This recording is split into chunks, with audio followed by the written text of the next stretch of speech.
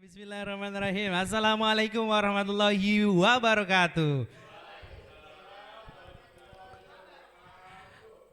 Alhamdulillahirrahmanirrahim. Pada siang hari ini kita dapat bertemu di tempat yang sangat sejuk ini ya, di Lab STEM dalam keadaan sehat walafiat sehingga semuanya dapat berkumpul di tempat ini. Tapi sebelumnya, sebelum saya jelaskan apa sih tujuan maksudnya datang ke sini, kita semangat dulu biar tambah semangat. Coba jargon Ragunan 08 masih ingat Bapak dan Ibu? Masih. Oke, kita coba ya. Ragunan 08 kolaborasi integritas. Sekali lagi. Oh yes, yes, yes, ketinggalan. Oke, baik. Ragunan 08 kolaborasi integritas. Yes, yes, yes. Oke, alhamdulillah semuanya. Tepuk tangan untuk semuanya. Good.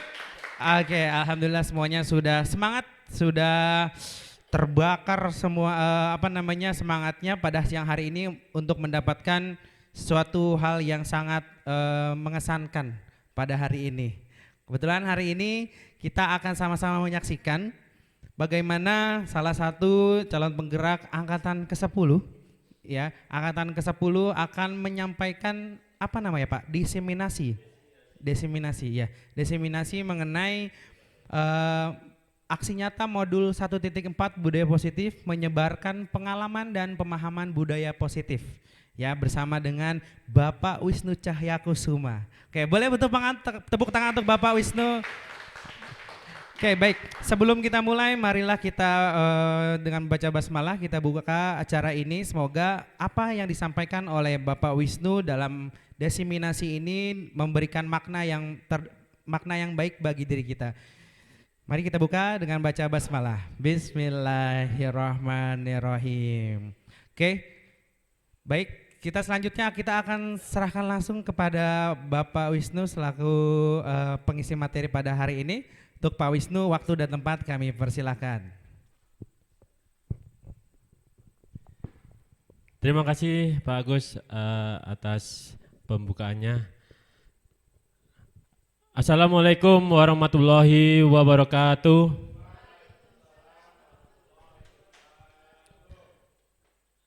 Selamat siang Bapak Ibu guru semuanya.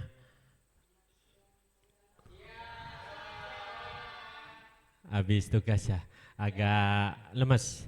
Oke, yang terhormat Kepala Sekolah SDN Ragunan 08 Bapak Walan Judiani, yang terhormat Bapak Kurikulum, Wakil Kurikulum SDN Ragunan 08 Bapak Saikur Rohman, yang terhormat Wakil Kepala Sekolah Bidang Kesiswaan Ibu Soleha, dan yang saya hormati Bapak Ibu Guru SDN Ragunan 08.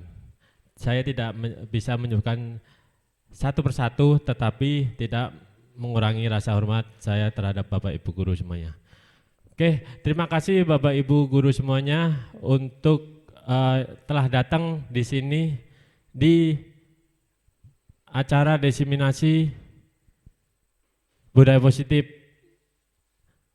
di modul 1.4. Di sini kayak bagus.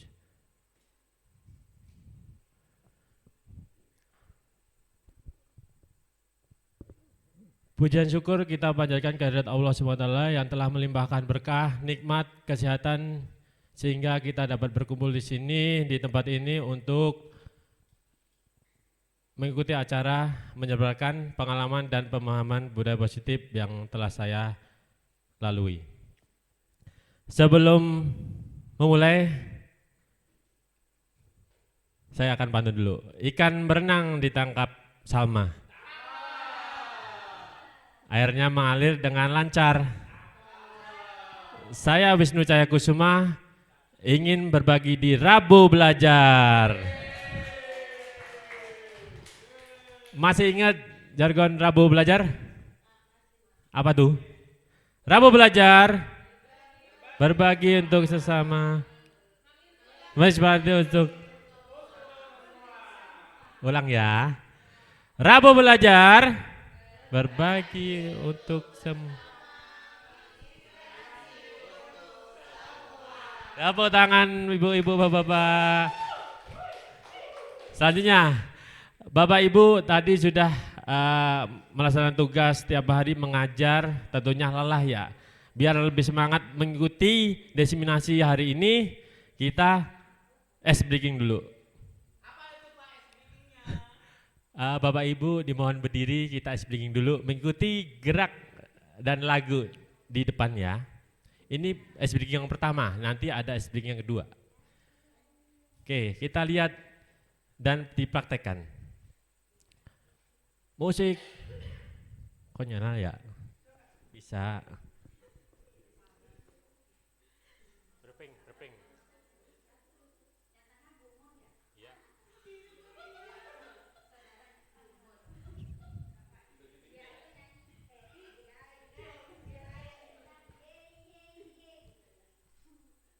Lagi loading.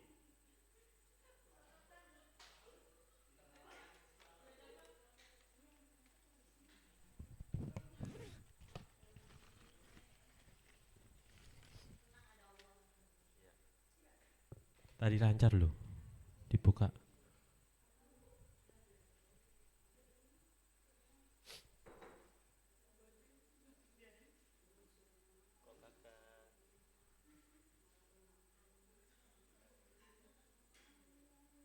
Maaf ya, saya rubah dulu, pakai wifi saya dulu aja.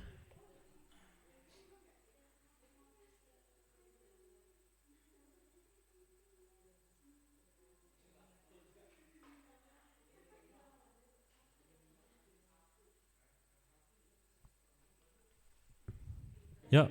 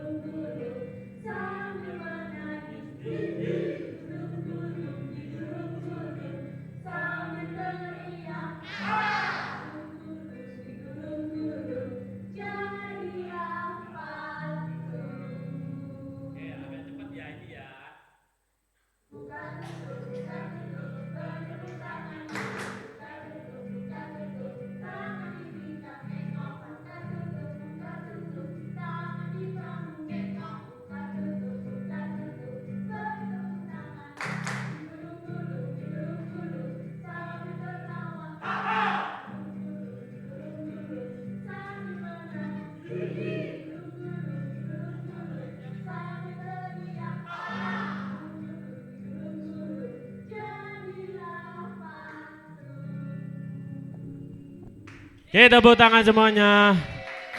Bapak Ibu jangan duduk dulu.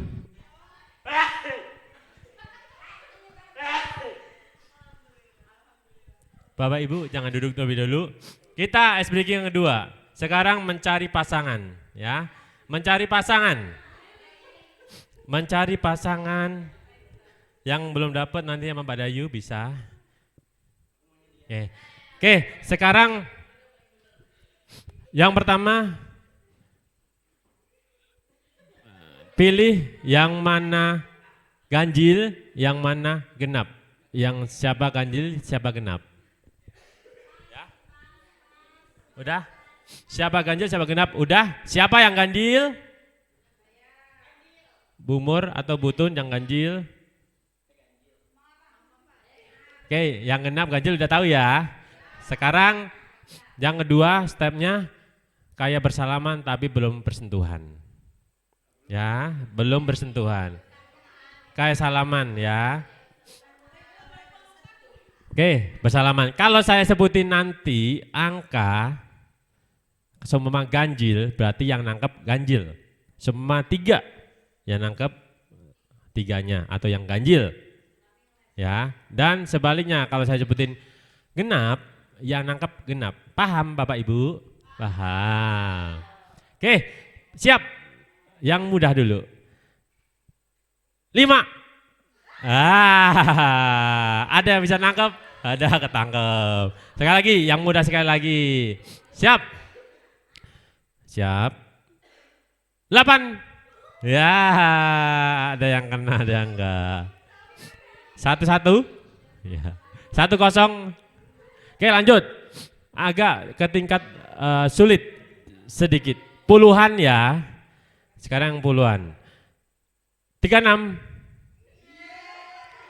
Berarti genap ya, 36 ya. Berarti yang genap. Selanjutnya 73. Ada yang ketangkap, ada yang enggak. Sekalian ke step yang lebih susah. Perkalian. Ke perkalian. 3 kali perkalian ya hasilnya. 3 kali 4.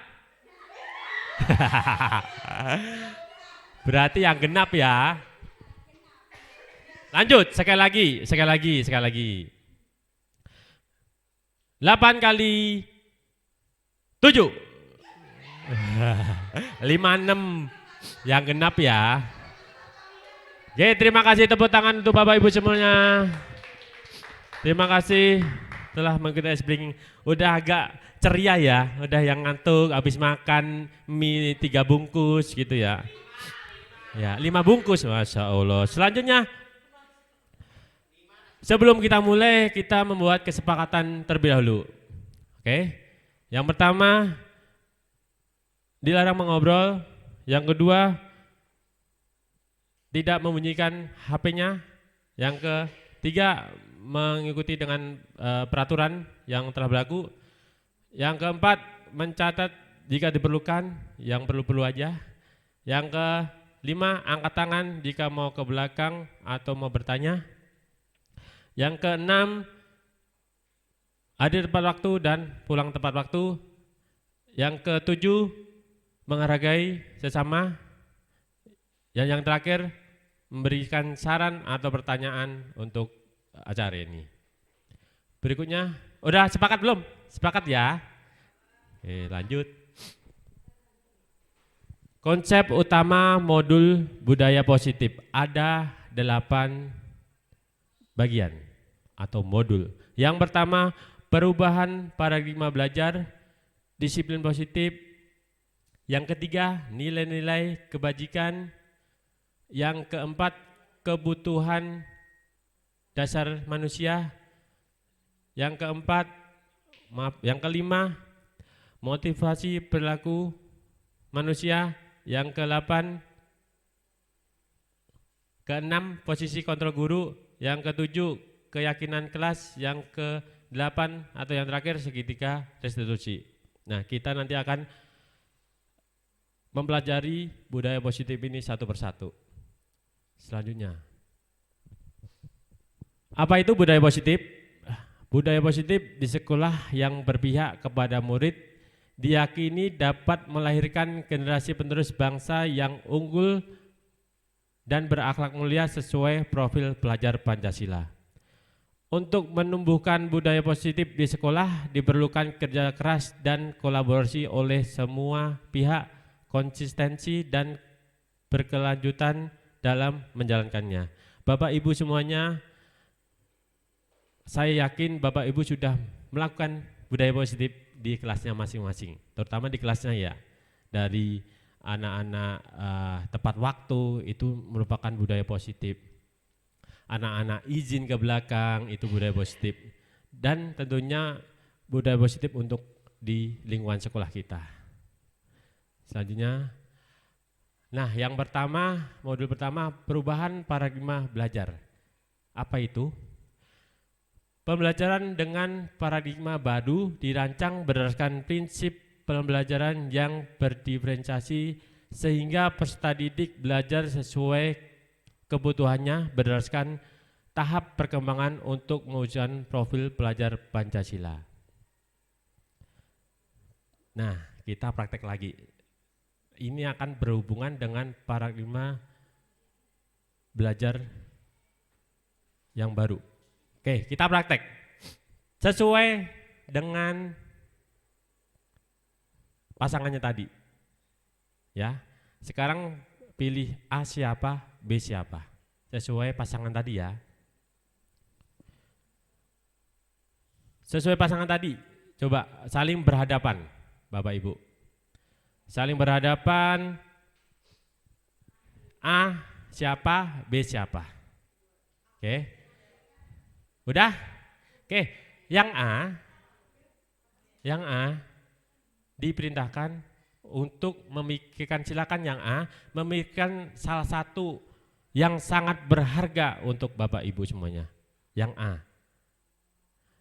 Genggam tangannya, ini di genggam tangan ini ada yang paling berharga untuk Bapak Ibu semuanya. Di genggamannya, apakah itu keluarga, waktu, motor, HP dan lain-lain. Ya, genggam sekuat tenaga, jangan sampai dilepas, jangan sampai dikasih ke siapapun. Yang B, tugasnya untuk merayu supaya A itu melepaskan barang yang berharga. Dengan cara apapun, diiming-imingi hadiah, diiming-imingi duit, apapun. Coba, sekarang Bapak Ibu praktekkan. Yang A menggenggam barang berharganya. Yang B merayu, coba. Bapak Ibu coba, dirayu. Dirayu biar yang A melepaskan genggamannya. Coba. Coba dirayu, dapat enggak?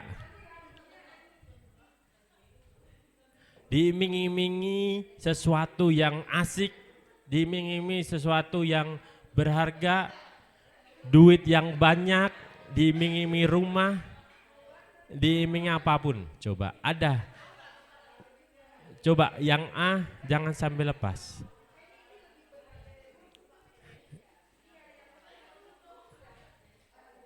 Coba imingi sampai yang A melepaskan barang berharganya.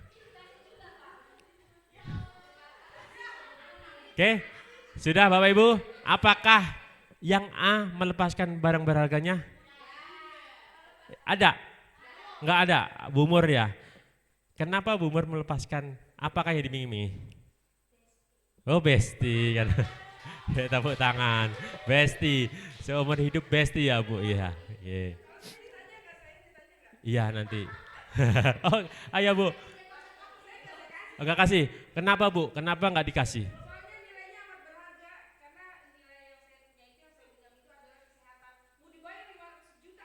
Ah, bener Bu.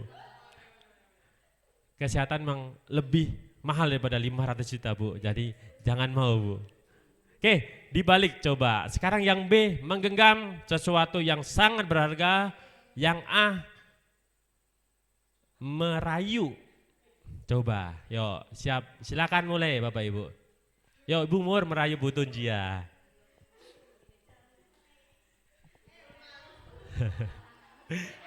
Coba dirayu sekuat tenaga, diiming-imingi pakai apapun. Ya, pakai iPhone 15 Pro mah.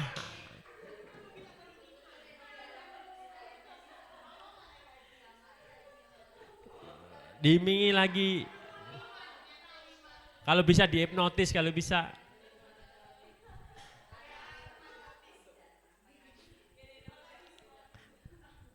Oke Bapak Ibu, ada yang bisa? Ada.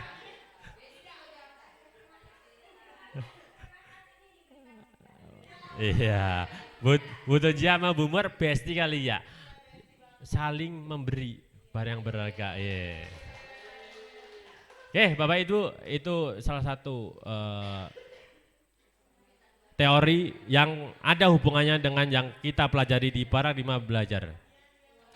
Di sini miskonsepsi teori kontrol guru. Nah, Bapak Ibu semuanya pasti pernah melakukannya. Ya, miskonsepsi teori kontrol guru. Yang pertama, ilusi guru mengontrol murid. Pernah ya? Mengontrol murid. Sering ya? Raka, masukin bajunya. Iya. Bima, masukin bajunya. Ternyata apa? Bapak Ibu keluar ke kantor, udah keluar lagi. Kita nggak bisa memaksa anak. Kita nggak bisa mengontrol anak. Ya. Miskonsepsi teori kontrol guru yang kedua, ilusi bahwa semua penguatan positif, efektif dan bermanfaat. Penguatan positif. Ayo anak-anak, besok Rabu ada makan bersama. Silakan bawa sayuran, bawa buah-buahan, bawa lauk pauk. Ternyata iya doang di hari Selasa.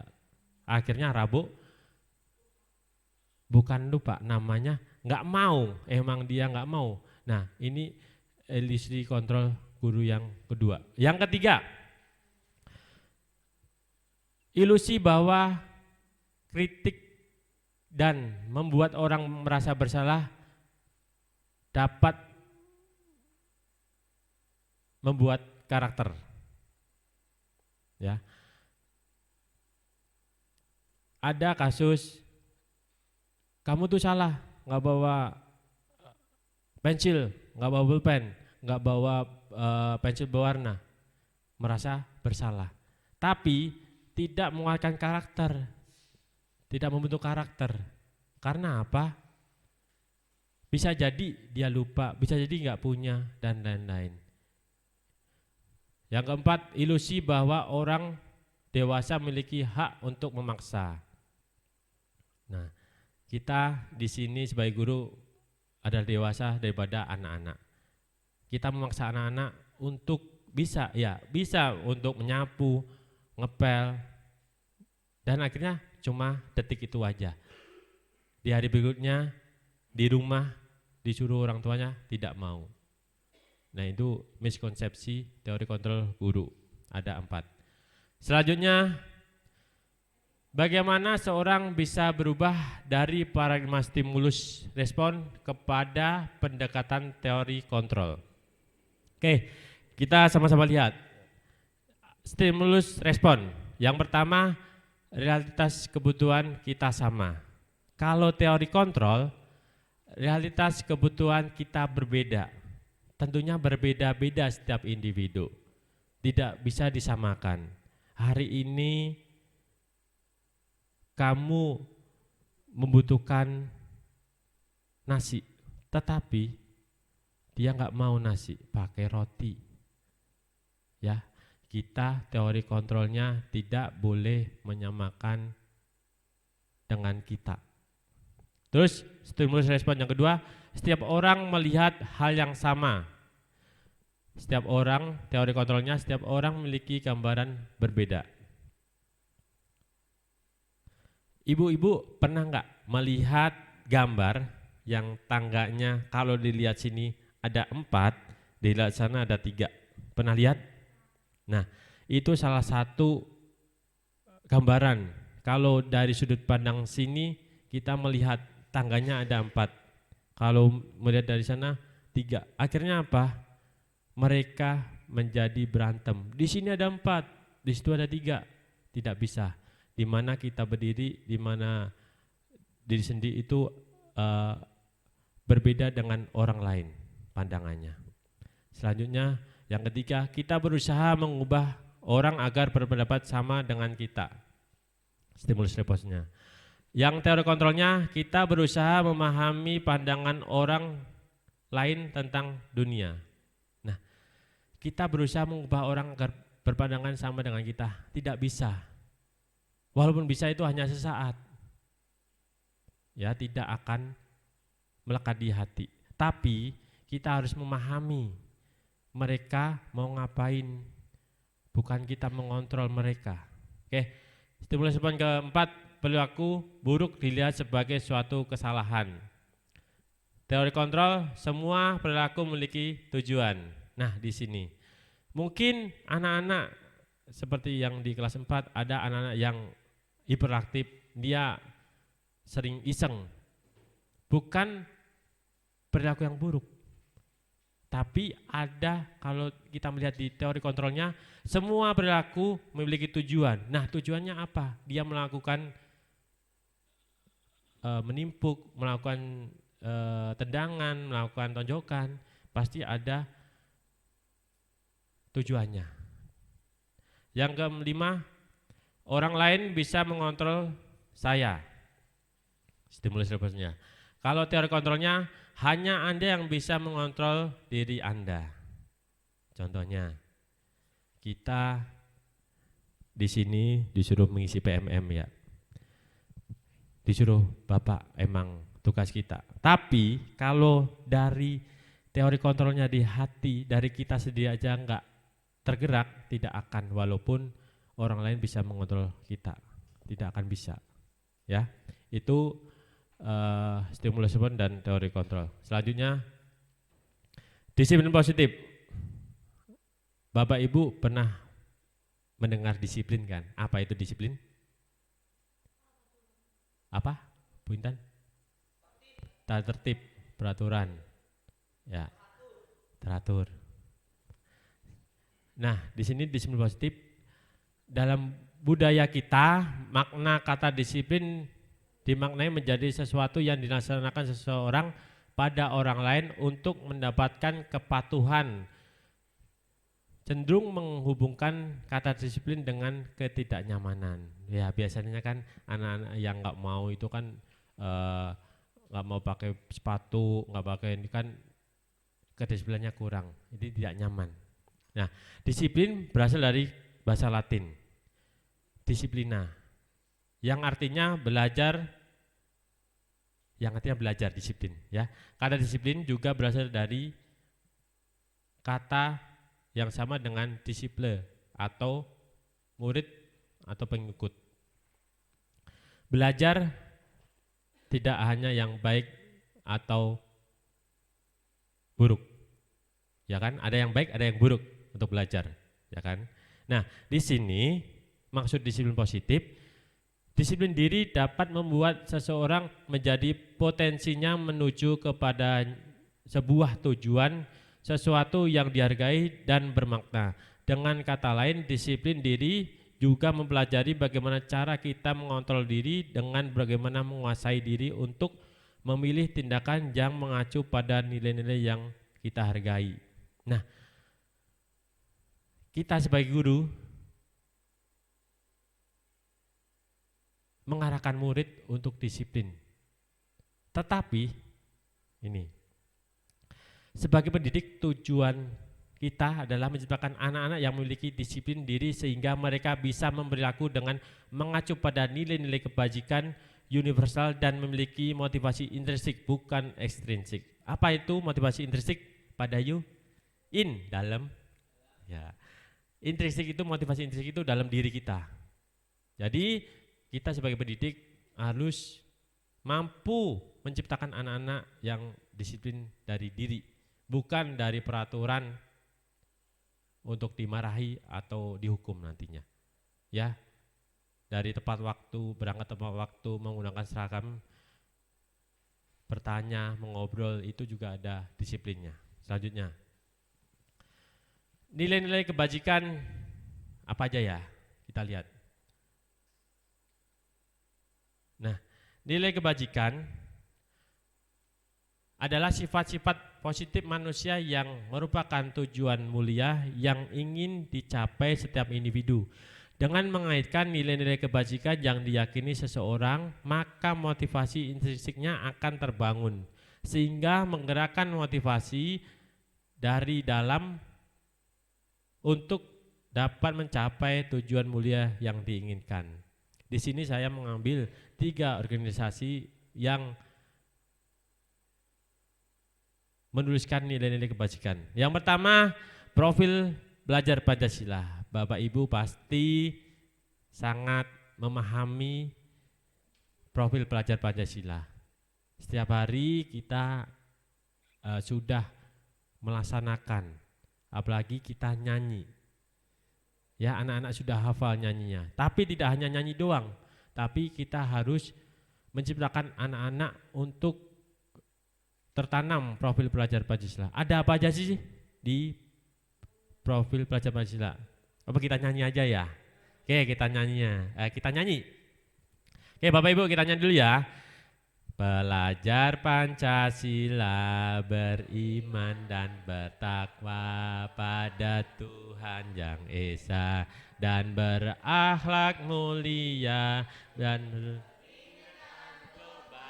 gotong royong mandiri, kreatif dan bernalar kritis, belajar Pancasila, beriman dan bertakwa pada Tuhan Yang Esa, dan berakhlak mulia dan nan global, gotong royong mandiri, kreatif dan bernalar kritis, kreatif dan bernalar kritis. Oke, ada 1, 2, 3, 6 yang harus kita masukkan nilai-nilai ini kepada peserta didik kita.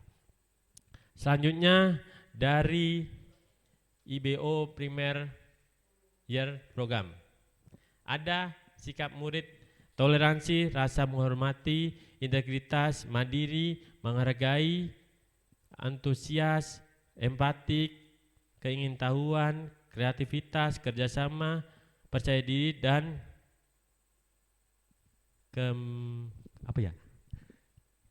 komitmen. Yang terakhir komitmen. Selanjutnya organisasi yang ketiga yang saya ambil, ada keterampilan hidup atau life skill. Ada 5, dapat dipercaya, lurus hati, mendengarkan yang aktif, tidak merendahkan orang lain. Yang terakhir memberikan yang terbaik dari diri. Itu nilai-nilai kebajikan yang saya ambil. Selanjutnya, kebutuhan dasar manusia. Nah, apa aja sih kebutuhan dasar manusia? Ada 5. Coba perhatikan. Kebutuhan dasar manusia yang pertama, bertahan hidup. Apa aja yang menjadi kebutuhan bertahan hidup? Makan, tidur, rumah, ya, pakaian, ya, makan, minum, ya, itu untuk kebutuhan hidup, ya, pangan, papan, sandang. Terus kebutuhan dasar manusia yang kedua, kasih sayang dan rasa diterima. Apa itu? Perhatian, kasih sayang dari orang tua, kasih sayang dari keluarga, kasih sayang dari pacar, dan rasa diterima. Diterima di keluarga besar Ragunan 8, diterima di organisasinya, di kelompoknya. Itulah kebutuhan dasar manusia. Kebutuhan dasar yang manusia yang ketiga, penguasaan. Di sini pasti semua merasakan. Saya ingin menguasai, bukan menguasai kata negatif ya, tapi menguasai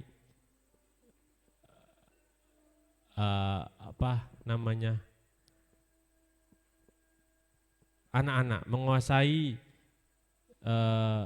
lingkungan, menguasai kelompok ini, bukan. Semuanya itu kebutuhan dasar manusia. Yang keempat, kebebasan. Pasti di sini nggak mau kan dikekang terus, nggak mau kan dikurung terus, pasti bebas. Bebas mengutarakan pendapat, bebas untuk berpikir, bebas untuk berkarya, dan lain-lain. Dan yang terakhir, kebutuhan dasar manusia, kesenangan. Ya, kesenangan apa aja, Ibu? Mobil, biar senang. Kalau tunggakannya banyak, aja senang. Ya, berkumpul keluarga menjadi senang. Melaksanakan hobinya senang. Makan banyak, ya Pak Isa, senang. Ya, itu salah satunya. Oke, selanjutnya motivasi perilaku manusia. Nah, di sini kita belajar motivasi perilaku manusia. Bapak Ibu pasti motivasinya ini semua ada, udah pernah menjalankan ini semua. Motivasi yang pertama, untuk menghindari ketidaknyamanan atau hukuman. Pernah enggak? Pernah. Saya datang tepat waktu biar nggak dihukum. Saya menggunakan sepatu biar nggak dihukum. Begitu kan? Saya juga pernah mengalaminya. Yang kedua, untuk mendapatkan imbalan atau penghargaan dari orang lain. Pernah ya, saya mau belajar mendapatkan juara 1 biar mendapatkan iPhone, dikasih sama orang tua. Motivasinya itu. Ada juga motivasi saya juara 1 di kelas supaya guru saya menghadiahi 100.000. Selanjutnya, motivasi pelaku manusia yang ketiga, untuk menjadi orang yang mereka inginkan dan menghargai diri sendiri dengan nilai-nilai yang mereka percaya. Nah, dari 3 ini, mana yang paling bagus? Yang ketiga. Ini motivasi, memang saya tuh berangkat kerja harus jam 6.30. Itu kewajiban saya. Saya belajar kewajiban saya, bukan untuk imbalan. Saya datang tepat waktu bukan untuk takut akan hukuman, tapi kewajiban saya emang datang tepat waktu, mengikuti pembelajaran dengan lancar. Ya, itu motivasi yang paling bagus. Selanjutnya, dalam menjalankan peraturan ataupun keyakinan kelas atau sekolah, bila mana ada suatu pelanggaran, tentunya sesuatu harus terjadi. Untuk itu kita perlu meninjau ulang tindakan penegakan peraturan atau keyakinan kelas atau sekolah kita selama ini. Tindakan terhadap suatu pelanggaran pada umumnya berbentuk hukuman atau konsekuensi. Bapak Ibu udah pernah mendengarkan kata-kata hukuman dan konsekuensi? Udah tahu perbedaannya? Belum. Nah, kita di sini belajar perbedaan antara hukuman dan konsekuensi. Kalau hukuman sesuatu yang menyakitkan harus terjadi. Kalau konsekuensi sesuatu harus terjadi. Ya. Terus yang kedua, membuat anak sakit untuk jangka waktu yang lama. Membuat anak merasa tidak nyaman dalam jangka waktu yang pendek. Anak membenci kedisiplinan. Untuk konsekuensinya, anak menghargai disiplin. Hukuman apa ini? Paksaan, atau di sini konsekuensinya stimulus tanggapan. Hukuman mendorong anak menyakiti diri sendiri. Untuk konsekuensinya, mendorong anak agar mudah menyesuaikan diri. Hukuman konsep diri yang buruk. Kalau konsekuensi konsep diri yang baik. Anak belajar untuk menyembunyikan kesalahan. Kalau konsekuensi, anak belajar untuk mematuhi peraturan. Kalau hukuman, marah, rasa bersalah, dipermalukan, merasa tak dihargai. Kalau konsekuensinya, kehilangan hak, dibuat tidak nyaman, diasingkan untuk sementara. Nah, ini perbedaannya hukuman dan konsekuensi. Selanjutnya, nah Bapak Ibu mohon pakai HP untuk mengisi. Kita akan gali, Bapak Ibu sudah tahu belum hukuman atau konsekuensi? Bisa enggak Bapak Ibu? Kalau udah bisa, tolong yang bisa linknya dikirim ke WA biar bisa. Gak bisa? Bu Intan di situ aja coba, pakai laptop aja. Bu Amel bisa? Bisa, tolong dikirim di grup ya. Linknya tolong dikirim di grup. Tapi bisa dibaca ya? Udah? Kita mulai yang pertama dulu ya. Tolong dikirim di grup. Yang belum bisa, tolong lihat di grup ya. Kita mulai yang hukuman dan konsekuensi.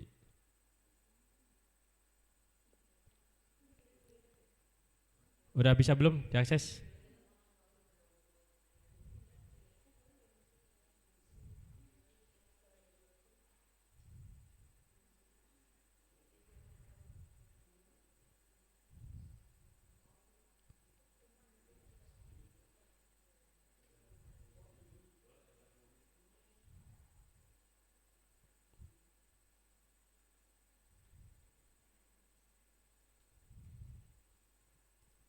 Udah bisa, Bapak Ibu?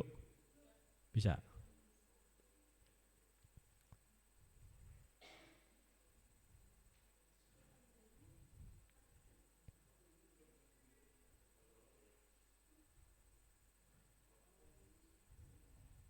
Oke, kita lihat jawaban Bapak Ibu semuanya.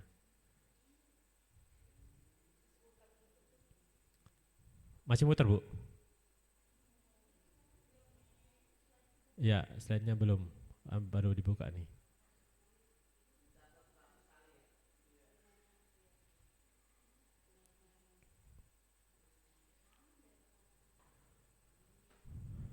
Oke, mencatat 100 kali di dalam buku kalimat. Saya tidak akan terlambat lagi karena terlambat ke sekolah.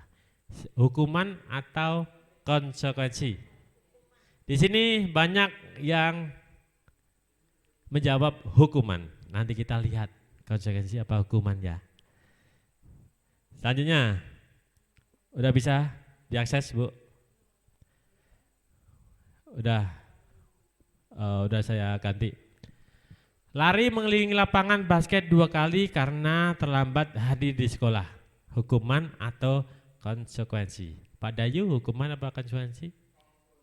Iya, ditulis Pak Dayu.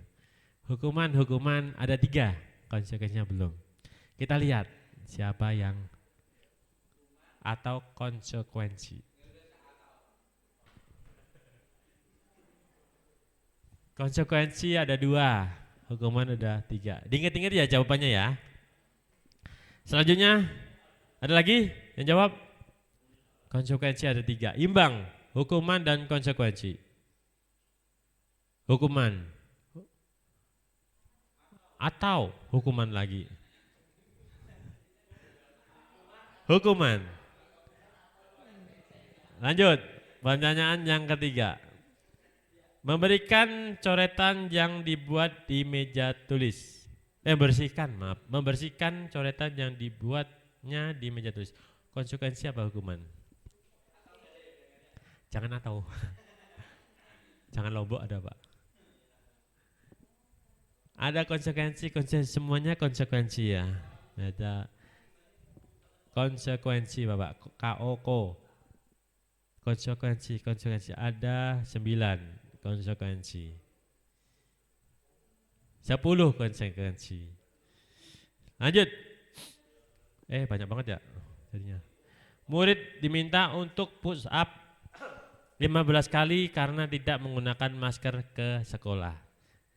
Hukuman atau konsekuensi ya? Konsekuensi hukuman.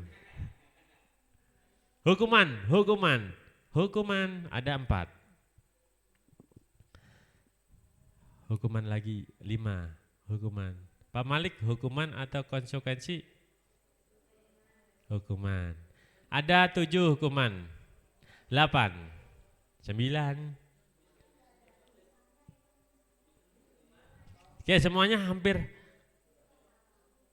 berpikir hukuman ya. Kita lihat nanti. Selanjutnya, menggantikan kertas tugas teman yang telah dicoret-coret. Hukuman atau konsekuensi?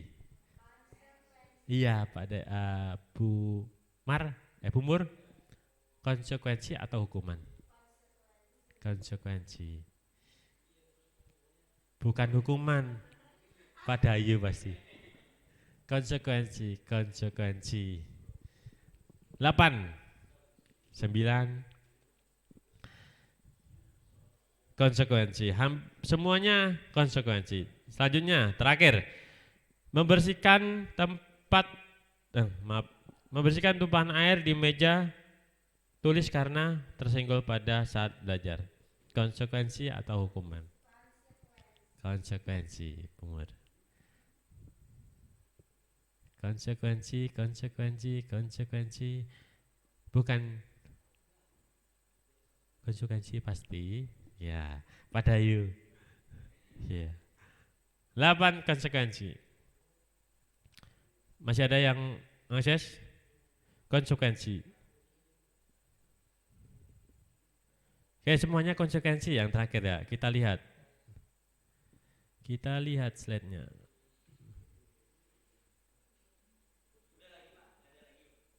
Nanti lagi, Pak. Oke, lanjut. Kita lihat jawabannya.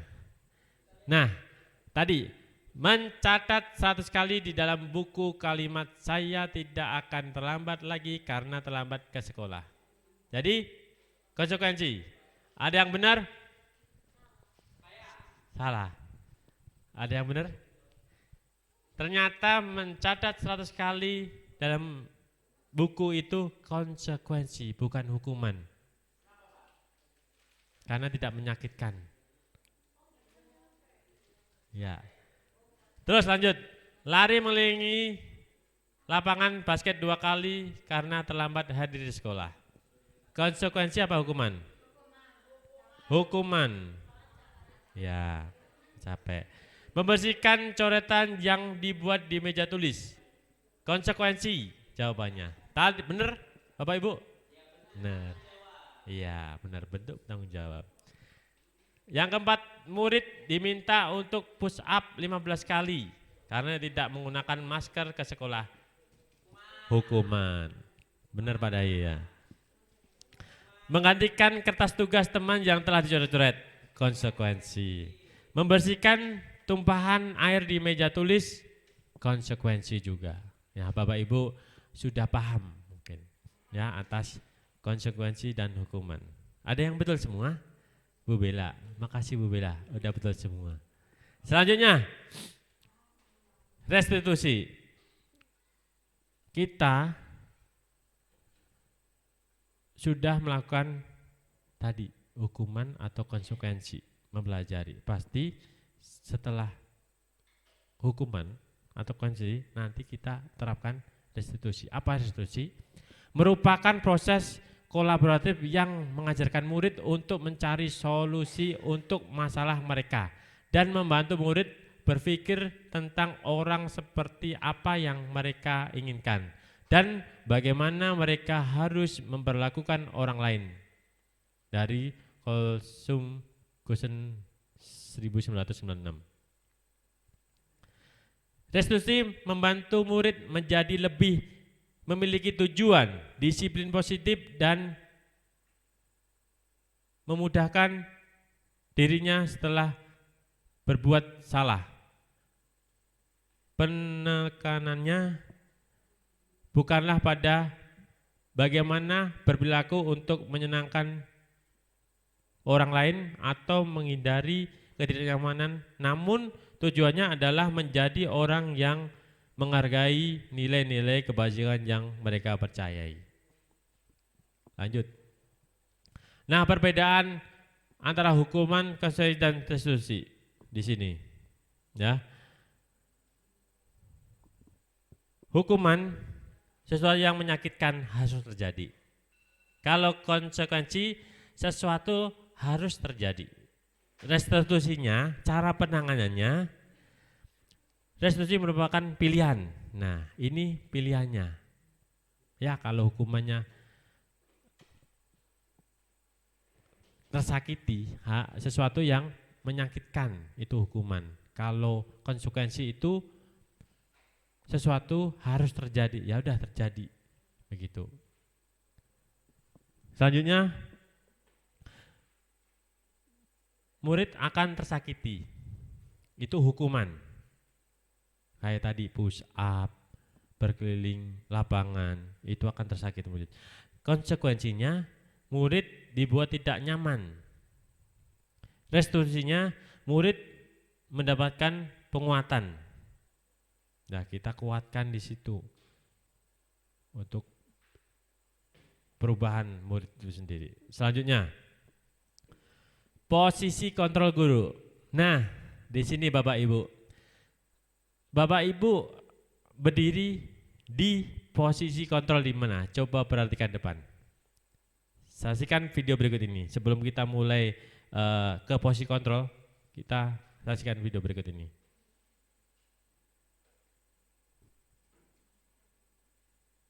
Coba. Ibu sudah pernah bilang kan sama kalian semua, kalau ibu sengaja mengambil jam pertama untuk mata pelajarannya ibu.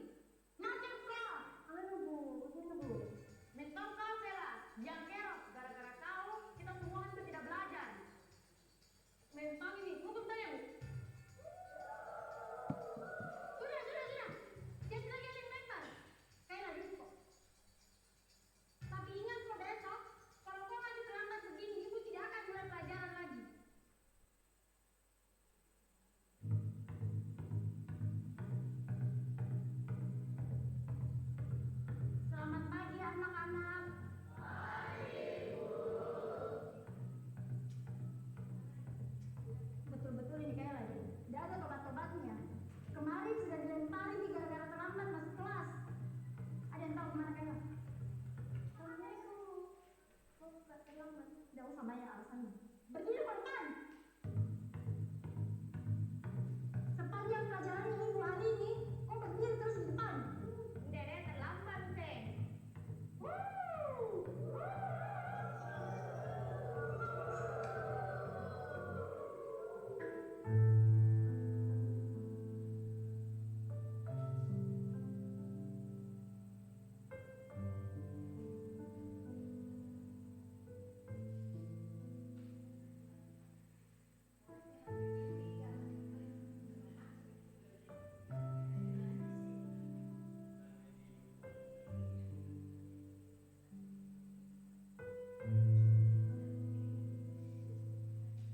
Sudah 1 jam lebih nih, Kayla tidak datang.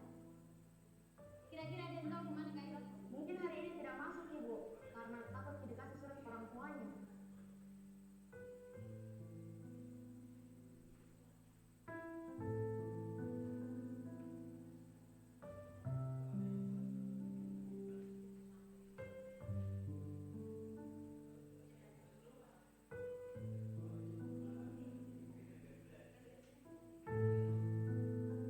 Pagi anak-anak.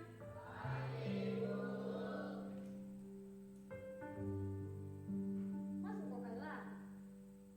Udah terlambat mau lagi. Kayla ke depanku. Kenapa, Bu? Berdiri kok di situ.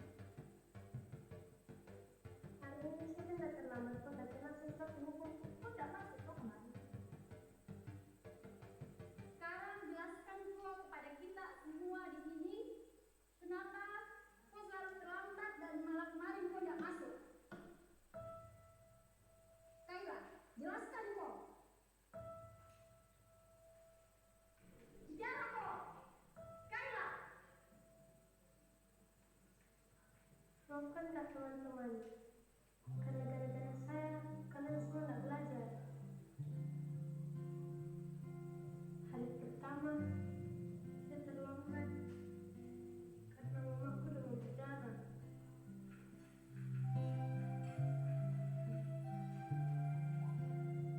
Harus keantar ke rumah sakit sebelum saya ke sekolah.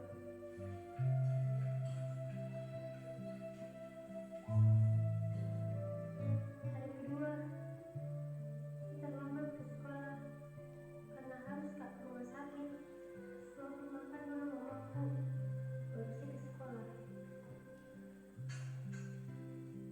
Hari ketiga kemarin saya tidak masuk sekolah.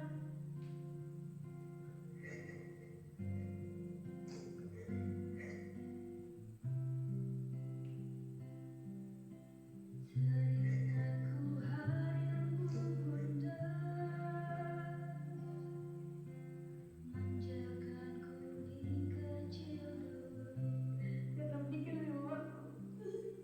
Apakah tergetar hatimu? Di sini anakku terjatuh. Tak ada tempatku mengadu. Tangisku dalam sendiriku. Kalau bukan karena bapakku suruh jadi singa, tidak bakalan tak masuk sekolah hari ini. Saya kira kalian semua mau lempar Kak. Lemparkanlah, lempar, lempar, lempar. Saya kira kita menghukum Kak. Hukum Kak.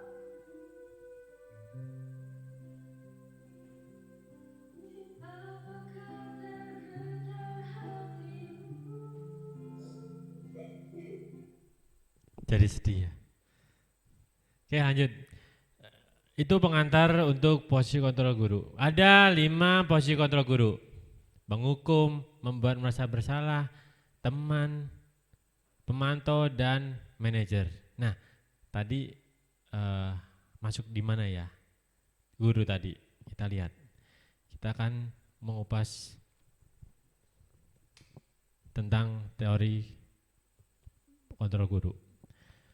Untuk guru penghukum, kasusnya Seorang siswa bernama Adi terlambat hadir di sekolah. Kasusnya itu ya. Kalau jadi guru penghukum, pasti akan mengeluarkan kata-kata terlambat lagi, pasti terlambat lagi, selalu datang terlambat, kapan datang tepat waktu. Itu untuk penghukum. Terus guru menjadi atau dalam posisi pembuat merasa bersalah. Adi, kamu ini bagaimana ya? Kamu sudah berjanji dengan ibu tidak akan terlambat lagi. Kamu kenapa ya senang sekali mengecewakan ibu? Ibu benar-benar kecewa sekali. Ini membuat murid kita merasa bersalah. Selanjutnya, guru menjadi teman. Contoh kasusnya begini. Adi, ayolah, bagaimana sih kamu? Kemarin kamu sudah berjanji kepada Bapak. Bukan, kenapa terlambat lagi? Sambil tawa ringan. Ya sudah, tidak apa-apa. Duduk dulu sana, nanti Pak Guru bantu kamu ini. Sambil senyum-senyum. Itu posisi guru menjadi teman. Kalau posisi guru menjadi pemantau. Adi, tahukah kamu jam berapa kita mulai?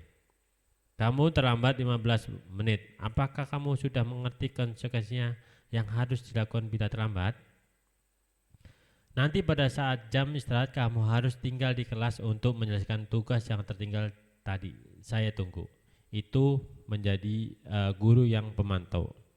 Selanjutnya yang kelima, posisi kontrol guru menjadi manajer. Adi, apakah kamu mengetahui jam berapa sekolah dimulai? Adi, tahu Pak, jam 7. Guru, ya jadi kamu terlambat. Kira-kira bagaimana kamu akan memperbaiki masalah ini? Adi, saya bisa menanyakan teman saya Pak untuk mengejar tugas yang tertinggal.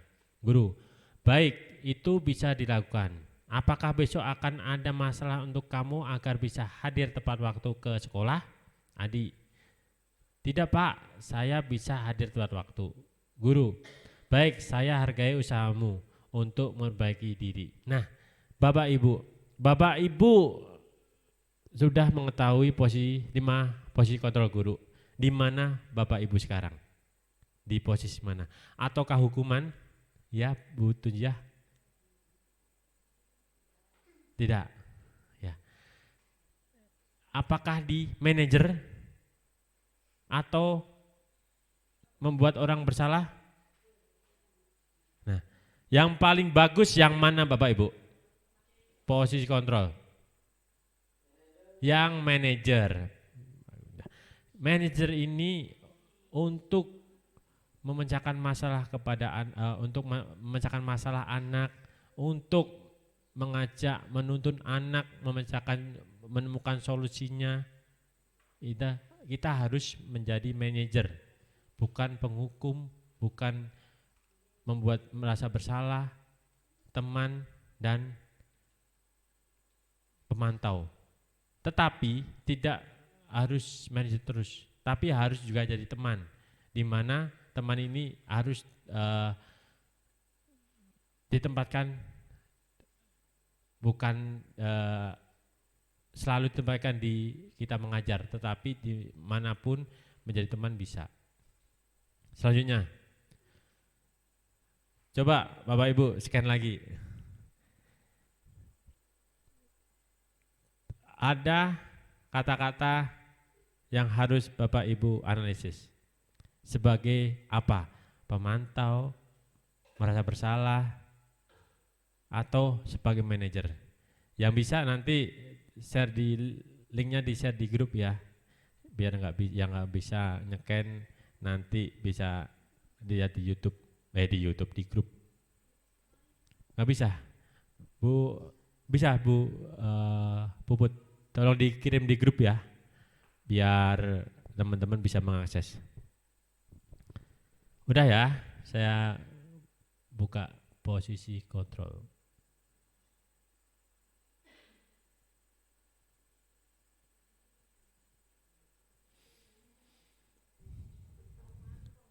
Penghukum, teman, merasa bersalah, pemantau, dan manajer. Yang pertama, saya kecewa sekali dengan kamu. Ini sebagai penghukum, teman, merasa bersalah, pemantau, atau manajer. Saya kecewa sekali dengan kamu, merasa bersalah, manajer. Nanti kita lihat, kita koreksi bareng-bareng. Merasa bersalah, membuat rasa bersalah. Merasa bersalah, merasa bersalah. Membuat merasa bersalah. Saya kecewa sekali dengan kamu. Oke, lanjut ya. Berikutnya, kamu tidak pernah benar melakukannya. Kata-kata kamu tidak pernah benar melakukannya itu sebagai penghukum atau sebagai teman atau merasa bersalah atau pemantau atau manajer. Ya, ada banyak penghukum, merasa bersalah, penghukum, manajer, pemantau. Nanti kita lihat jawaban yang benar. Penghukum. Lanjut. Yang ketiga, ayolah lakukan demi ibu atau bapak. Nah, ini sebagai apa? Penghukum, manajer, pemantau, merasa bersalah, atau teman. Teman, ada dua. Teman sepermainan, kayak manajer. Temannya ada 4. Penghukum bukan penghubung, penghukum. Teman,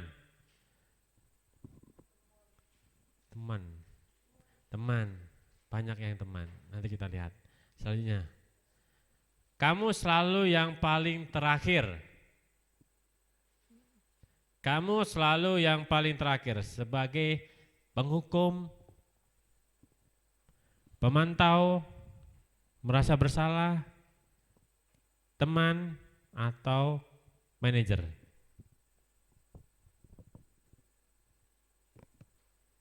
Pemantau semuanya. Lanjut. Bagaimana kamu bisa menyelesaikan masalah ini?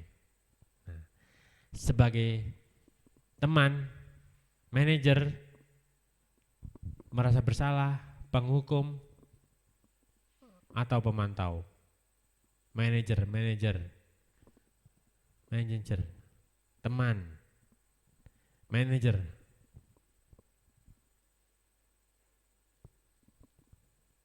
Ada lagi? Manajer. Oke, lanjut. Nih, selesai. Terima kasih atas responnya. Kita lanjut ke slide berikutnya.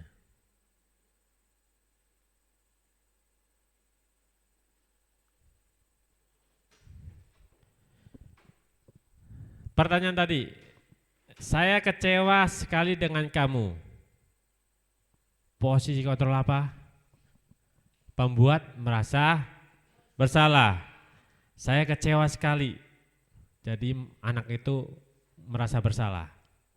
Selanjutnya, pernyataan yang kedua, kamu tidak pernah benar melakukannya. Penghukum, ada yang benar? Ada. Yang ketiga, ayolah lakukan demi ibu atau bapak. Sebagai teman. Pernyataan keempat, kamu selalu yang paling terakhir. Sebagai pemantau. Ada yang benar? Ada. Pernyataan yang terakhir, bagaimana kamu bisa menyelesaikan masalah ini? Manajer, sebagai posisi kontrol manajer. Ya, karena solusi, ada solusinya. Berikutnya. Nah, Di keyakinan kelas ini, Bapak Ibu sudah melakukan keyakinan kelas di kelasnya masing-masing? Sudah. Apa itu keyakinan kelas? Nah, mengapa keyakinan kelas bukan peraturan kelas saja? Karena peraturan kelas bisa kata-kata negatif. Kalau keyakinan kelas kata-kata positif. Mengapa kita memiliki peraturan tentang menggunakan helm pada saat mengendarai kendaraan roda 2? Mengapa? Mengapa kita memiliki peraturan tentang menggunakan helm? Biar keselamatan, benar. Keyakinannya apa? Keselamatan. Terus yang kedua, mengapa kita memiliki peraturan tentang menggunakan masker dan mencuci tangan setiap saat? Supaya ya terhindar penyakit, hidup bersih,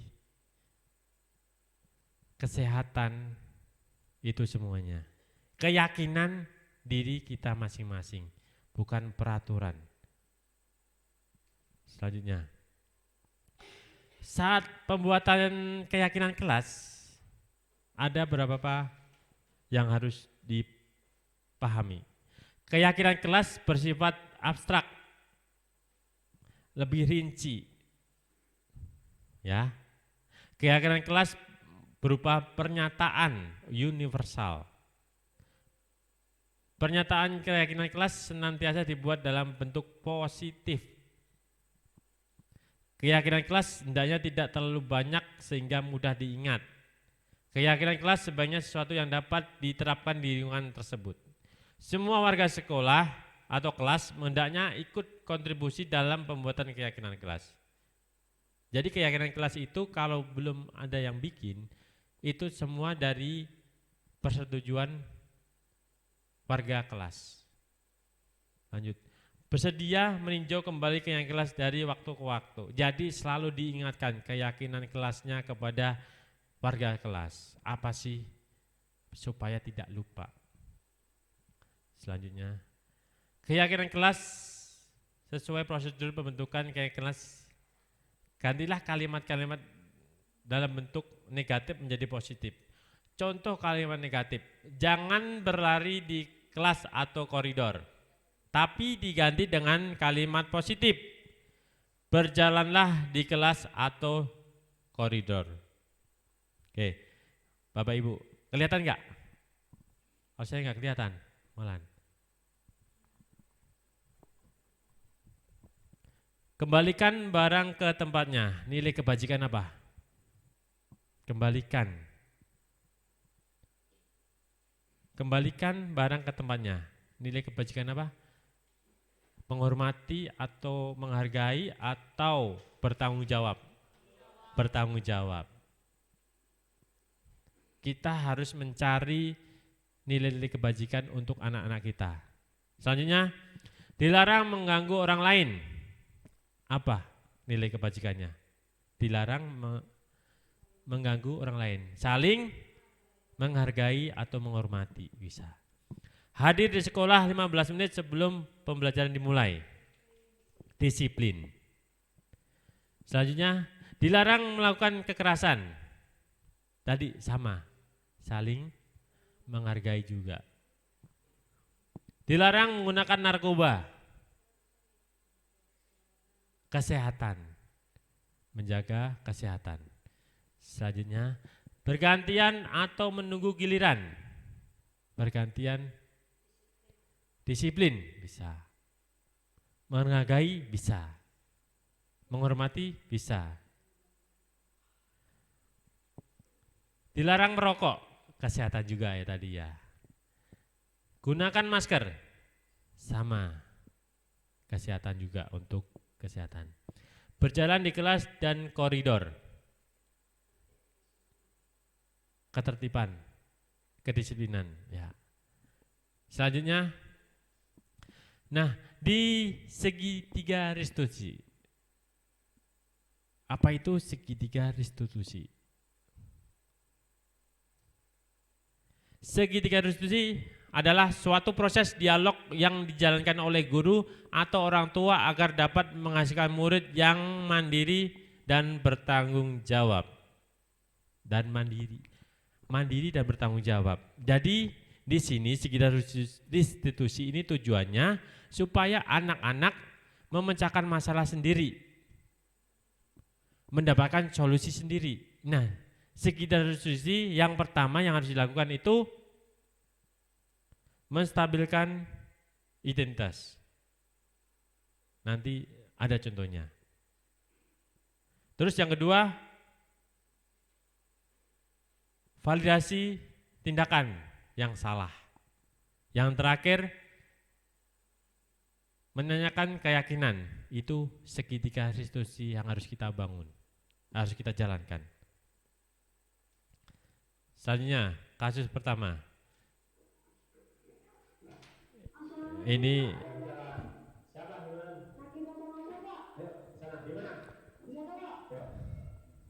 kasus satu yang saya bikin pada waktu istirahat, ada 2 peserta didik yang berantem.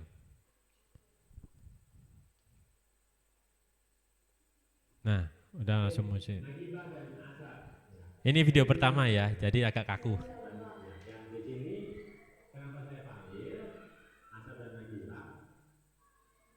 Saya tidak mencari yang salah maupun yang benar, tapi akan menyelesaikan masalah dan memberi solusi. Mati? Berantem bukan solusi yang baik untuk memecahkan masalah. Oke? Jadi saya pengen tahu. Tadi kenapa bisa berantem kalian? Jadi saya awalnya ninggalin meja akmal Pak. Terus tiba-tiba nanti ngapain mau bapak saya Pak. Terus saya pukul lagi karena saya emosi Pak. Saya udah tahu nih titik permasalahannya. Untuk Nagibah, untuk mengatakan orang tua itu baik Pak? Enggak sih? Perbuatan baik atau kan? Tidak Pak. Tidak ya, perbuatan tidak baik. Oke, untuk Asa, perbuatan emosi saat itu baik apa tidak? Tidak Pak. Baik. Karena tadi saya emosi. Ya, karena emosi kan. Emosi menimbulkan masalah. Jadi Nagibah dan emosi. Ya. Terus kalian adalah kelas 4D yang mengajar PJK saya. Kita kemarin tidak membuat keyakinan kelas. Ini menanyakan keyakinan kelas yang dilanggar. Apa yang kamu langgar? Menghormati teman dan guru. Menghormati teman dan guru. Ya. Ya, dengan cara tadi mengatakan orang tua dan memukul teman. Itu keyakinan kelas yang kamu langgar. Apa kamu yakin dengan keyakinan kelas sekarang? Yakin Pak. Yakin ya? Oke, saya percaya sama Asap dan Nagibah untuk berubah. Ya, Asap dan Nagibah, saya harap Nagibah jangan mengatain orang tua lagi, siapapun temennya. Ya. Ya. Untuk Asap, jangan emosi saat, karena emosi saat menimbulkan masalah, tidak menyelesaikan masalah. Ya Pak. Ya, baik, mengerti ya, kedua ya. Mengerti Pak. Oke, saya pengen Nagibah dan Asap bersalaman malam-malam. Maaf dan akhir Profesor. Oke, baik, terima kasih ya. Kapan kamu bisa melaksanakan keyakinan kelas? Mulai sekarang Pak. Mulai sekarang ya, dan seterusnya harus menghormati teman dan guru. Oke, bisa ya? Bisa Pak. Oke, baik. Terima kasih Azab dan Nagibah. Silakan lanjut istirahatnya. Oke, silakan. Terima kasih. Lanjut kasus yang kedua. Saat pembelajaran PJOK kelas 4C, Kalista tidak mengikuti pembelajaran PJOK di kelas saya. Ya, silakan masuk. Ya, Kalista ya. Sekarang dulu Kalista. Kalista, apa kabar? Udah capai belum? Udah, sama-sama. Nasi goreng yang enak. Iya. Kalista, tadi di pembelajaran PJOK awal itu nggak ada kemana? Kata teman-teman, Kalista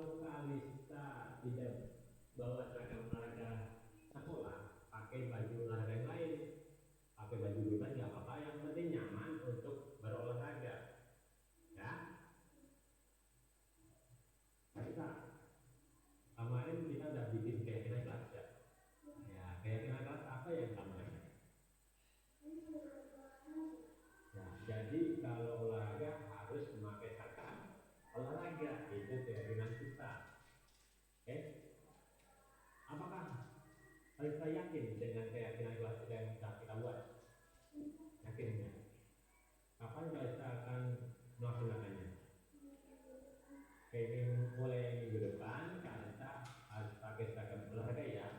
Kalau nggak ada atau belum kering atau belum cuci baju olahraganya, pakai baju olahraga bebas. Yang penting nyaman dipakai.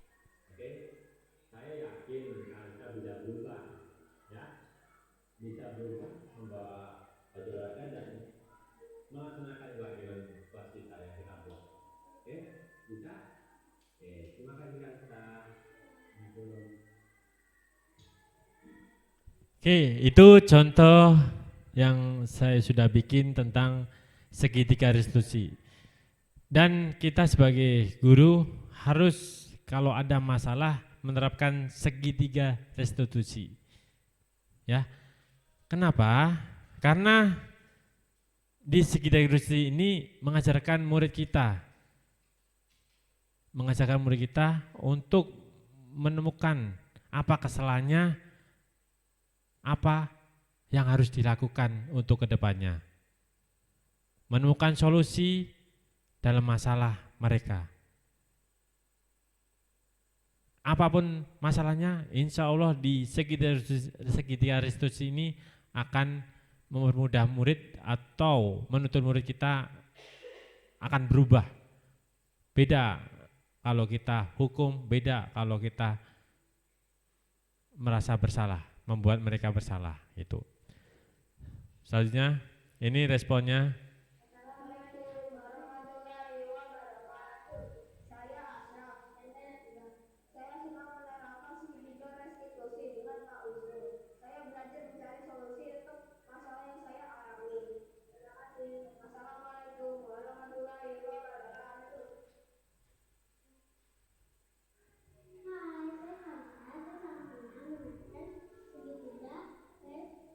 segitiga restitusi oleh Pak Wisnu. Saya belajar mencari solusi dalam menyelesaikan suatu masalah. Terima kasih. Oke, cukup sekian. Sebelum saya tutup, pantun dulu. Siang hari makan kuaci, makan bareng sama Bu Sari. Cukup sekian acara hari ini, semoga dapat menginspirasi. Ragunan kampungnya bersih. Cukup sekian, terima kasih. Assalamualaikum warahmatullahi wabarakatuh. Waalaikumsalam warahmatullahi wabarakatuh. Boleh tepuk tangan untuk Pak Wisnu sekali lagi, Bapak dan Ibu, hebat semuanya. Oke, alhamdulillah rabbil alamin. Kegiatan yang sangat luar biasa, memberikan dampak positif. Karena tadi belajar bagaimana caranya budaya positif. Lalu apalagi Bu Umur tadi tuh? Ada apa tadi bedanya hukuman sama konsekuensi? Iya betul. Ya ada banyak hal yang harus kita coba kita perbaiki untuk diri kita pribadi, khususnya bagi saya. Semoga menjadi lebih hebat lagi ke depannya, juga lebih memahami bagaimana tentang budaya positif. Terima kasih Pak Wisnu atas materinya pada hari ini.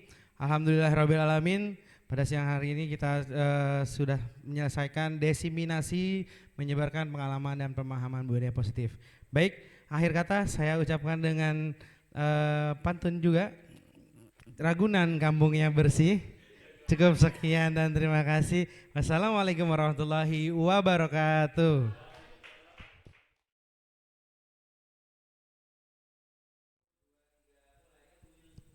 Terima kasih Pak Wisnu yang sudah memberikan kesempatan buat saya untuk testimoni tentang budaya positif.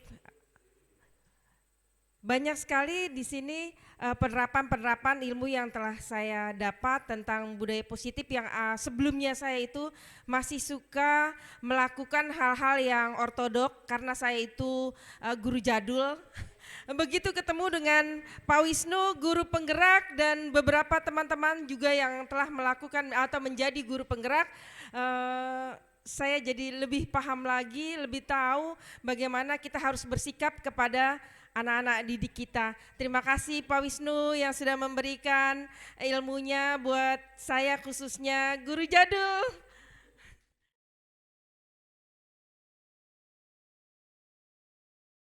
Assalamualaikum warahmatullahi wabarakatuh. Dengan saya mengikuti diseminasi dari Pak Wisnu tentang budaya positif tadi, saya jadi paham kalau kita jadi guru tuh ternyata tidak hanya harus memerintah, tapi kita bisa melakukan kontrol manajer. Dan yang paling bagus itu adalah tadi ketika anak ada masalah, kita tidak bisa langsung judge atau menyalahkan, tapi kita bisa menggunakan restitusi. Baik, terima kasih, sukses Pak Wisnu.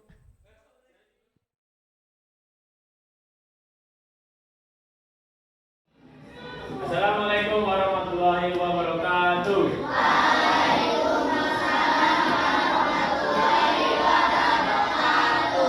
Selamat pagi. Pagi luar biasa.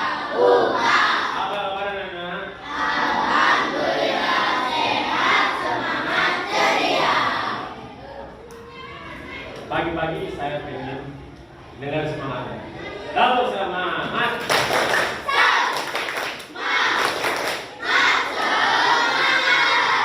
Mana semangatnya?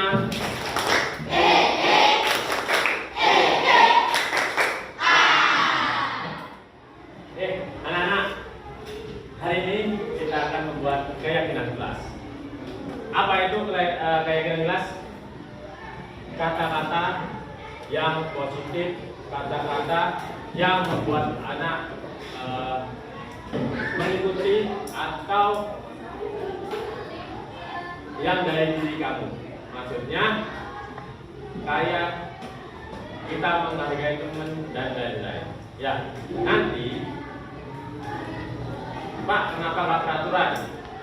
Nah, beda. Kalau peraturan bisa ada kata-kata negatif. Kalau kayak kelas itu kata-kata positif. Nanti anak-anak semuanya setelah saya bagikan ini, silakan membuat seperti apa kayak kelas kita mau diapain gitu. Ya seumpama, oh ya kelas saya mau bersih, jadi ditulis menyapu sesuai tiket, membersihkan meja sebelum pulang dan lain-lain. Apa yang anak-anak inginkan di kelas itu apa? Saat pembelajaran lo tidak ramai dan lain-lain, ya. Kalau mau ke belakang izin dan lain-lain. Di sini nanti saya bagikan, terserah anak-anak mau bikin kata-kata apa. Setelah bikin tempel, nanti kita bersama-sama membuat atau mengubah menjadi keyakinan kelas. Tapi ya, sadar dulu.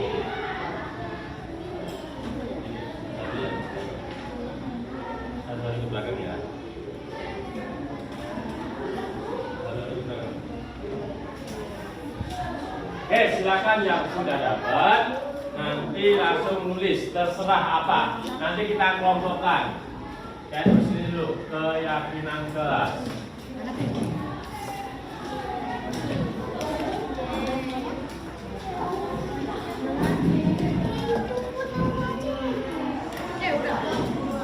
Terserah anak-anak mau di kelas kita.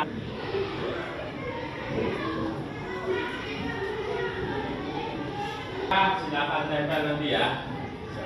Saya kasih komando buat tempel ke depan. Oke, anak-anak sudah menuliskan apa yang diinginkan di kelas. Silakan dari sana dulu ditempelkan maju. Dari meja sebelah sana.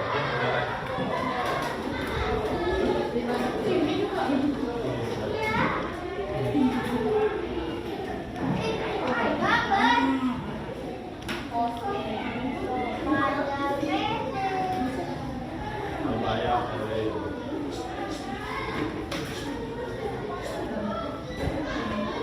sebelah sini, silakan berdiri.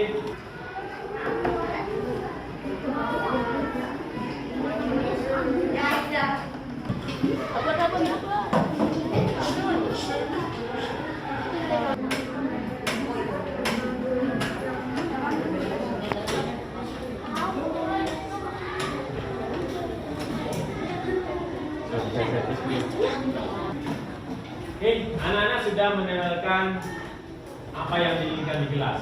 Sudah dituliskan di sini. Kita baca satu persatu, kita kelompokkan mana yang sama, yang mana yang berbeda. Ya, satu-satu ya. Saya mau saat di kelas tidak teriak suara saat pelajaran. Ya, kita ke sini dulu. Tidak mengobrol saat guru menjelaskan di depan. Sama ya, berarti tidak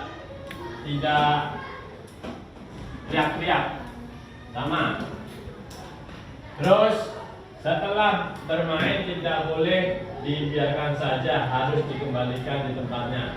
Jadi bola ya ini ya, kita kelompokkan dulu.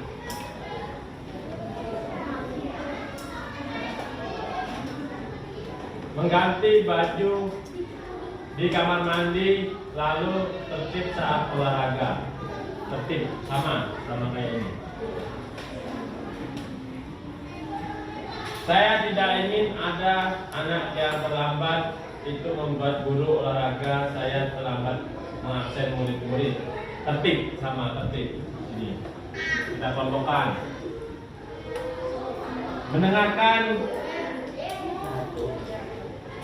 Mendengarkan guru berbicara, sini sama di sini.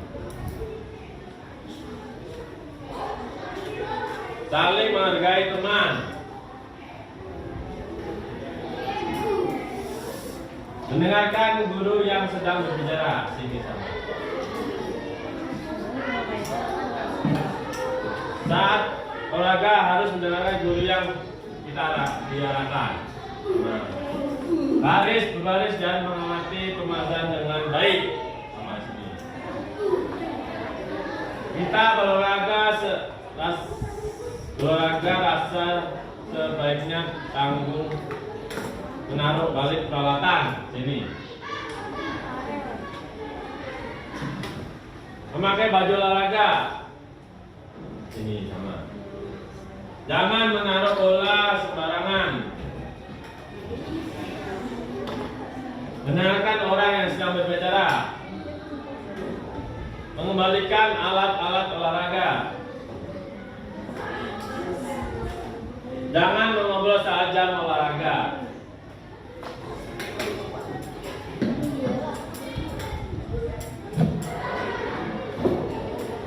Tidak berisik, tertib, menghormati guru. Saat belajar olahraga mengembalikan bola. Mendengarkan guru sedang menjelaskan, bermain saat olahraga. Sama ya. Tertib, tidak berisik agar tidak mengganggu teman. Tertib saat guru berbicara. Jadi dua doang. Saya mendengarkan kata guru berbicara. Oke, ini yang anak-anak inginkan di kelas. Ya, kita simpulkan, kita membuat keyakinan kelas di sini. Ya, mendengarkan guru yang berbicara. Nilai-nilai kebijakannya apa? 1. Kalau menghormati ya, benar. Mendengarkan itu menghormati atau menghargai? Menghargai.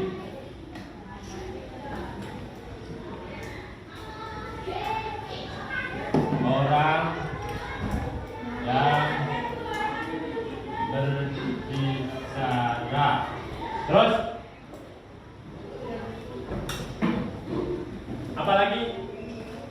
Tidak berisik, berarti tertib.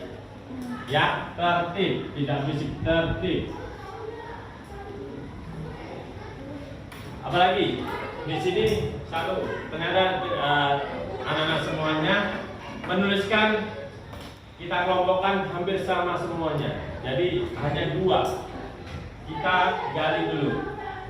Tertib udah. Menghargai orang yang berbicara sudah. Mendengarkan baris berbaris, disiplin, baris berbaris, ya. 3, disiplin. 4. Yang di sini mengembalikan bola. Apa? Habis kita main, bertanggung jawab, pintar. Bertanggung jawab. Di sini ada lagi, sama dulu ya.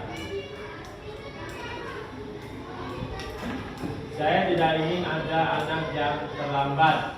Disiplin. Apalagi? Sudah? Ternyata anak-anak apa Desa? Disiplinnya salah. Disiplin apa? Disiplin. Oh ya pakai gimana sih tulisannya? Disiplin. Sudah menuliskan peraturan-peraturan apa yang anak-anak inginkan di kelas PJOK, kita simpulkan menjadi keyakinan kelas. Yang pertama, menghargai orang yang berbicara. Setuju nggak? Setuju. Jadi kalau ada orang berbicara, saya, Bu Guru, Pak Guru, atau anak-anak semuanya harus didengarkan. Setuju ya? Sepakat ya? Nah, yang kedua, tertib. Tertib apa tadi tulisannya? Tertib. Tertib ini saat baris langsung baris, tidak kemana-mana. Tertib. Setuju nggak? Setuju. Sepakat ya? Ya, sepakat. Disiplin. Sepakat nggak? Sepakat. Kita membentuk keyakinan kelas disiplin. Sepakat ya? Setuju ya? Yang keempat, bertanggung jawab. Sepakat. Sepakat ya? Tadi mengembalikan bola. Sepakat? Sepakat. Oke. Alhamdulillah kita sudah membuat keyakinan kelas. Ternyata semua anak-anak ini di kelas 4C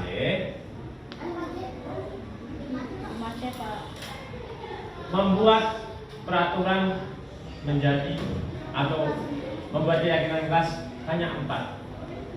Jadi semuanya mengarah ke 4 ini. Kita ketok palu, ya harus kalau sudah setuju, anak-anak setuju, berarti kita ketok palu harus dijalankan ini. Oke, kita ketok palu dulu kalau sah. Oke, sambut dengan tepuk tangan.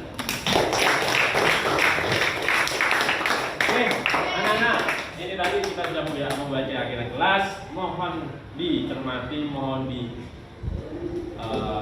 dilakukan di dalam hati untuk dijalankan. Oke. Ada yang ditanyakan? Nggak ada. Oke, terima kasih anak-anak. Kita sudah membaca keyakinan kelas. Kita lanjut ke pembelajaran.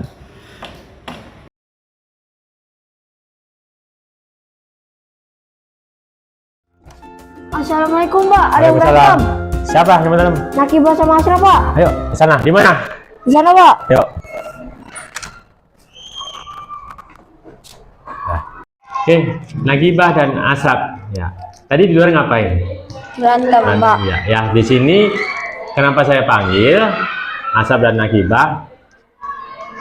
Saya tidak mencari yang salah maupun yang benar, tapi akan menyelesaikan masalah dan memberi solusi. Ngerti? Berantem bukan solusi yang baik untuk memecahkan masalah. Oke. Jadi saya pengen tahu. Tadi kenapa bisa berantem kalian? Tadi saya awalnya ini lagi main sama Akmal Pak. Terus tiba-tiba Naki ngatain nama bapak saya Pak. Terus saya pukul Naki karena saya emosi Pak. Hei. Saya udah tahu nih titik permasalahannya.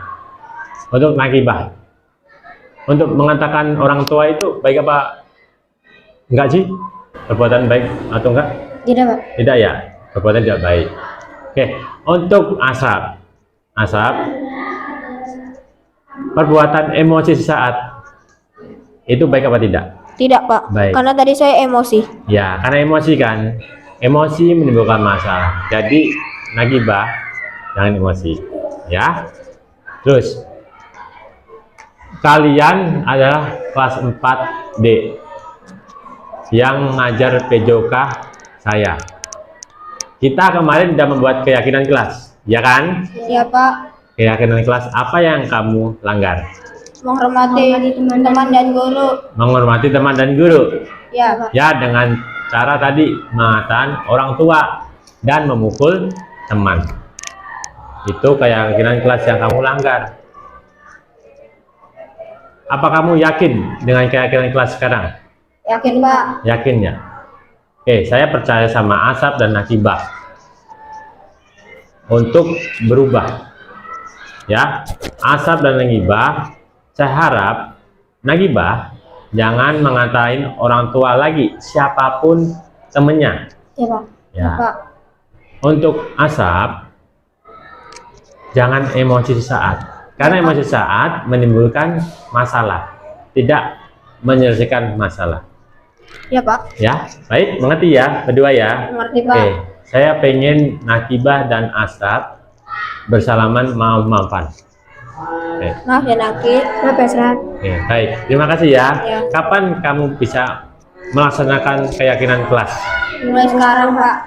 Mulai sekarang ya, dan seterusnya harus menghormati teman dan guru. Ya. Oke? Oke. Bisa ya?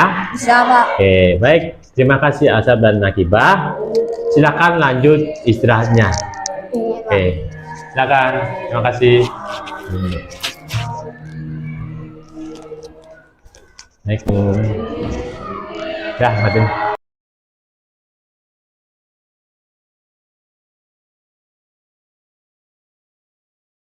Ya, silakan masuk. Ya. Kalista ya, silakan duduk Kalista. Hai Kalista, apa kabar? Baik, Pak. Udah sarapan belum? Sudah. Udah, sarapan apa? Nasi goreng. Nasi goreng, udah kenyang? Kalista, tadi di pembelajaran PJOK Pak Wisnu nggak ada kemana? Kata teman-teman Kalista di kelas ya? Kenapa di kelas? Nggak bawa baju olahraga. Kalau nggak bawa baju olahraga dan tidak ikutan pelajaran PJOK, itu perbuatan baik apa enggak?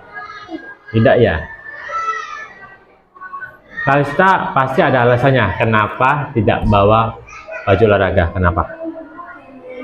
Karena bajunya belum kering, Pak. Kemarin dicuci. Oh, kemarin cuci. Emang Kalista bajunya cuma satu? Iya. Baju olahraganya cuma satu ya. Jadi besok lagi kalau Kalista tidak bawa seragam olahraga sekolah, pakai baju olahraga yang lain. Pakai baju bebas nggak apa-apa. Yang penting nyaman untuk berolahraga. Ya.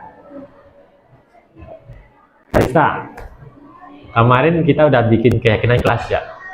Ya, keyakinan kelas apa yang kamu lakukan? Ya, jadi kalau olahraga harus memakai seragam olahraga, itu keyakinan kita. Oke?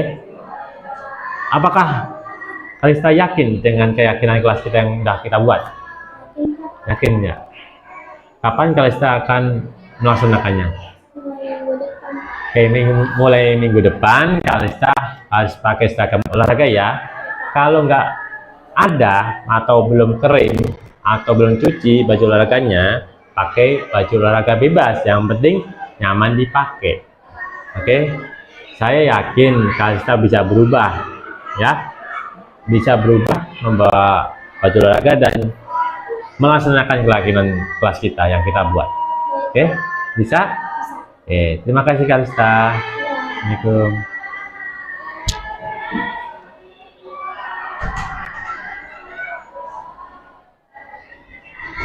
Dah. Assalamualaikum warahmatullahi wabarakatuh. Saya Ashraf. Dan saya Nagibah. Saya senang menerapkan segitiga restitusi dengan Pak Wisnu. Saya belajar mencari solusi untuk masalah yang saya alami. Terima kasih. Wassalamualaikum warahmatullahi wabarakatuh. Hai, saya Kalista. Saya sangat senang menerangkan segitiga restitusi oleh Pak Wisnu. Saya belajar mencari solusi dalam menyelesaikan satu masalah. Terima kasih.